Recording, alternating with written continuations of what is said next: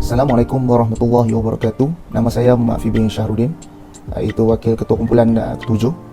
Kempen ataupun program yang dijalankan ialah BIN, iaitu Belia Aset Negara, bagi menyelesaikan tugasan yang diberikan dalam subjek pemikiran kritis dan kreatif. Yang saya hormati Dr. Hazmilah binti Hasan. Ini merupakan carta organisasi program ini. Yang pertama ialah pengurusi, iaitu saya sendiri. Kedua ialah Setiausaha Nurul Nadirah binti Ishaq, Bendahari Muhammad Azaim, dan terdapat 3 pengurus aktiviti, iaitu Nurul Fahimah, Muhammad Ikmal dan juga Nazaim. Saya akan menjelaskan latar belakang mengenai projek inovasi ini. Isu pengangguran di Malaysia bukan satu lagi isu yang baharu untuk diperkatakan.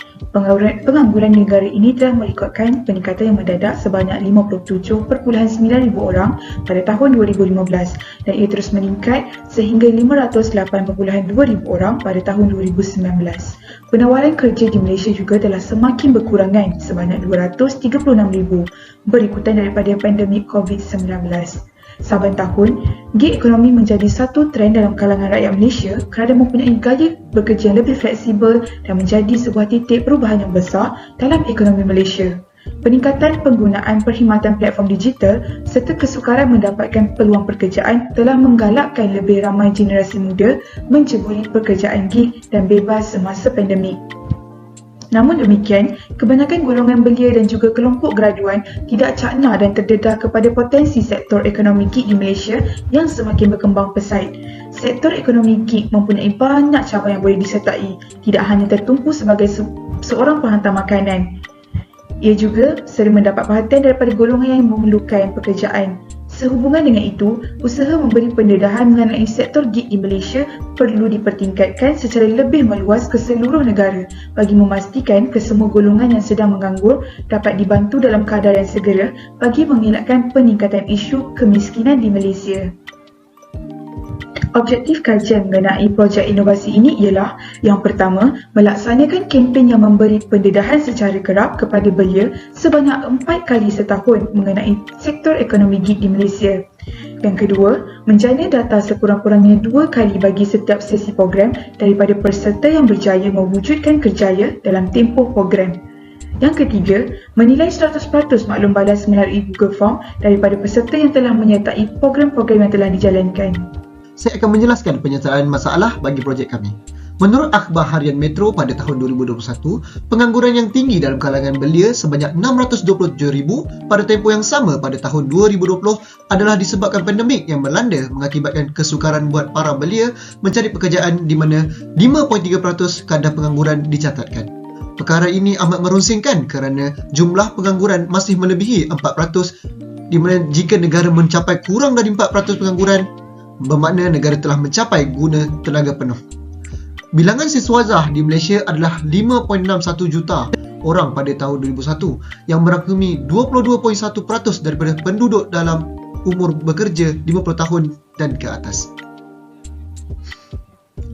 Ini mengakibatkan lambakan graduan sekaligus menjadi punca graduan menghadapi cabaran yang tinggi untuk mendapat pekerjaan sejajar dengan taraf pendidikan mereka. Hal ini demikian kerana faktor dalaman dan luaran dihadapi menjadi punca kepada belia sukar untuk mendapatkan kerja.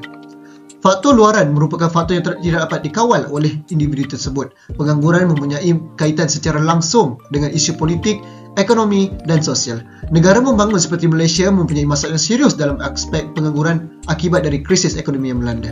Pengangguran pembelanjaan dan peningkatan pungutan cukai terpaksa dilaksanakan.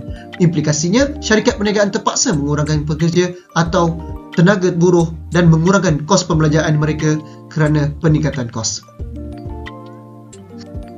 Justeru, laporan ini bertujuan untuk memperkenalkan program Belia Aset Negara BIN berkaitan ekonomi gig. Ekonomi gig merupakan salah satu pilihan pekerjaan berasaskan kontrak jangka pendek atau dilakukan secara bebas, freelance dan disokong dengan menggunakan aplikasi teknologi. Program ini terbuka kepada semua golongan belia di sekitar Melaka, iaitu pelajar dari Universiti Teknikal Malaysia Melaka, UTM. Program ini bakal dilaksanakan dengan sokongan daripada Malaysia Digital Economy Corporation (MDEC) Sedian Berhad dan aktiviti bual bicara mengenai sektor ekonomi gig. Pelibatan dari Kementerian Komunikasi dan Multimedia dan dibantu oleh pelajar UTM tentang sektor industri ekonomi gig dan peluang pekerjaan yang lebih meluas. Dalam melaksanakan suatu program, setiap kelangsungan serta kebajikan peserta dan juga penganjur diambil kira agar program berlangsung dengan efektif. Oleh yang demikian, input yang bersesuai untuk kelangsungan program BIN Belia Aset Negara adalah seperti berikut. Antara sumber yang digunakan adalah sumber manusia, sumber keuangan, sumber teknologi dan juga sumber pangkalan data. Sumber manusia, kolaborasi dengan Malaysia Digital Economic Corporation MDEC. MDEC merupakan suatu agensi ekonomi digital utama Malaysia di mana menyediakan program intervensi dan sokongan untuk membangkit pertumbuhan serta membantu dalam mempercepatkan dan memacu pelaburan digital melalui pelaburan digital asing ataupun pelaburan langsung domestik. Seterusnya adalah My Future Job. Portal pekerjaan nasional yang dipanggil My Future Job menawarkan perkhidmatan pasaran buruh percuma dan platform untuk memohon pekerjaan. Antara rakan strategik My Future Job adalah JobStreet, Mau Kerja, Lincoln dan Harley. Seterusnya adalah sukarelawan. Ini merupakan carta organisasi bagi ahli pengurusan projek BIN. Sumber keuangan. Setiap program yang dilaksanakan secara besar-besaran memerlukan dana bagi membiayai kos yang berkaitan. Kami meminta sedikit dana daripada Naib Chancellor UTM dan juga permohonan grant daripada Kementerian Komunikasi dan Multimedia, Kementerian Belia dan Sukan, sedikit charge service 5% terhadap gaji pertama yang para belia dapat untuk sekali sahaja. Untuk menjana pendapatan, boleh juga melalui penjualan. Bagi sekali program, dana yang diperlukan adalah sebanyak RM1,951. Memandangkan aktiviti dilaksanakan sebanyak 4 kali setahun, jumlah dana yang diperlukan ialah RM7,804. Sumber pangkalan data. Pangkalan data merupakan satu sistem simpanan data yang tersusun di mana ianya dalam bentuk elektronik. Penggunaan pangkalan data ini amat mudah kerana ianya boleh digunakan untuk menyimpan data ataupun maklumat peserta yang telah menghadiri ataupun yang bakal menghadiri program. Selain itu, pendaftaran peserta juga lebih mudah dan cepat dengan menggunakan pendaftaran peserta secara online. Akhir sekali adalah sumber teknologi. Melalui teknologi, pihak koordinator boleh berkongsi portal ataupun laman web yang sesuai untuk memohon suatu pekerjaan. Aktiviti yang akan kami lakukan di dalam program BIN ini.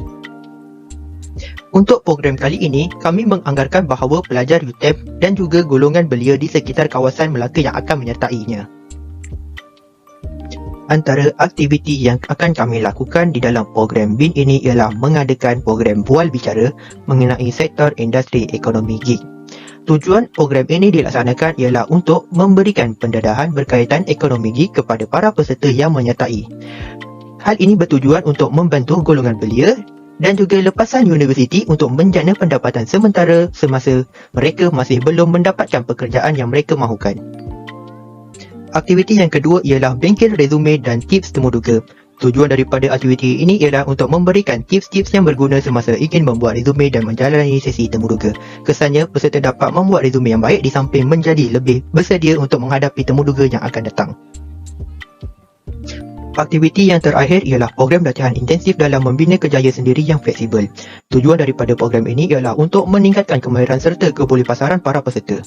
Dan kesannya, ianya membolehkan mereka mengetahui dengan lebih terperinci mengenai kemahiran-kemahiran tertentu di samping mendapatkan pengalaman-pengalaman yang membolehkan mereka untuk memulakan kerjaya mereka sendiri. Akan terangkan bahagian pencapaian. Okey, pencapaian terbahagi kepada 3 bahagian iaitu jangka masa pendek, sederhana dan juga panjang.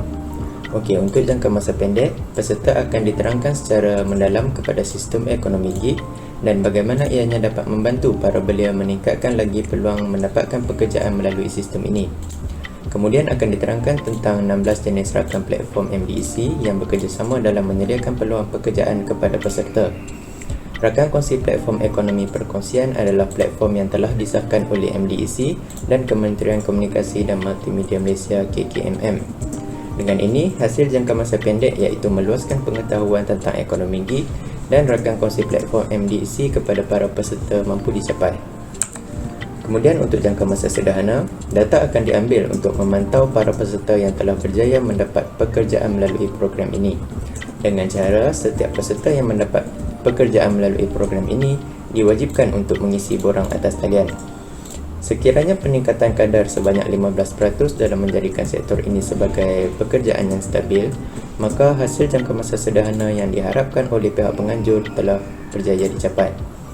Jangka masa sederhana juga menyokong belanjawan 2020, iaitu mula menerapkan fokus utama dalam kemajuan ekonomi negara, membabitkan ekonomi digital.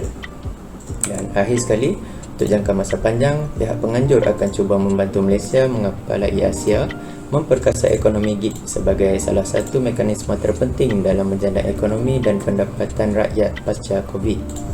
Penyediaan pangkalan data kepada majikan juga akan diwujudkan dan dijadikan medium tempat mencari kerja kepada belia. Dengan ini, lebih banyak peluang pekerjaan mampu diwujudkan kepada para belia di Malaysia. Usaha ini dijangka dapat mengurangkan kadar pengangguran sekaligus hasil jangka masa panjang yang disasarkan mampu dicapai. Sekian, terima kasih. Okey, bagi bahagian refleksi terbagi kepada 3, iaitu visual, auditory dan juga ahli kumpulan. Okey, visual bermaksud maklumat dipersembahkan dalam bentuk gambar, carta atau gambar rajah. Sebagai contoh yang mudah dilihat, apabila program ini atau kempen ini dijalankan, aktiviti seperti mencipta resume merupakan salah satu aktiviti yang dijalankan dan ia mampu memberi kesan kepada penganjur apabila mereka ini ingin memohon pekerjaan. Selain itu, cara pengurusan organisasi yang jelas tersusun apabila wujudnya program seperti ini kerana lancarnya sesuatu program adalah disebabkan pengurusan organisasi yang baik. Kedua adalah auditory. Bagi refleksi auditory terhadap kempen yang dijalankan, manusia lebih mudah untuk menyerap dan menerima maklumat melalui pendengaran. Tidak kira sama ada golongan penganjur atau golongan belia, lebih suka mendengar sebuah perbentangan atau penjelasan. Sebagai contoh, kempen ini bukan sahaja menggunakan kaedah visual semata-mata, malah lengkap dengan penerangan semasa kempen dijalankan dan ia mampu memberi keberkesanan terhadap pemikiran penganjur dan juga pihak yang terlibat. Dan akhir sekali adalah refleksi bagi ahli kumpulan. Pertama, ia dapat memupuk semangat kerjasama apabila ingin mengadakan program seperti ini. Kedua, dapat menambah pengalaman dalam menguruskan sesuatu program. Ketiga, yakin dalam pertuturan. Bermaksud, jika program ini dijalankan, ia mampu meningkatkan lagi tahap komunikasi yang profesional dalam kalangan penganjur. Dan akhir sekali, ia dapat mengeratkan silaturahim dan dapat memperkembangkan jaringan kenalan antara penganjur dan juga pihak yang terlibat. Sekian, terima kasih.